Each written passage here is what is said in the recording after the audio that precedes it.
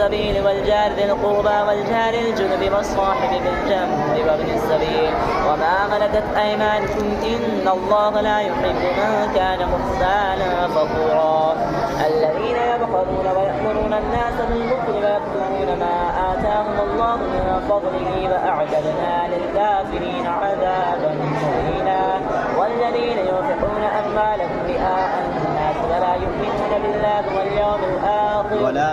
الآخر ولا باليوم الآخر ومن يكن الشيطان له قرينا فساء قرينا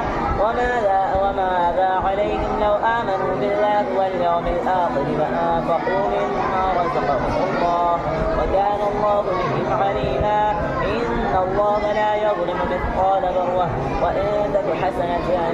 نضاعفها ويؤتي من لدنه أجرا عظيما فكيف إذا جئنا من كل أمة بشهيد وجئنا بك على هؤلاء شهيدا. ما شاء الله.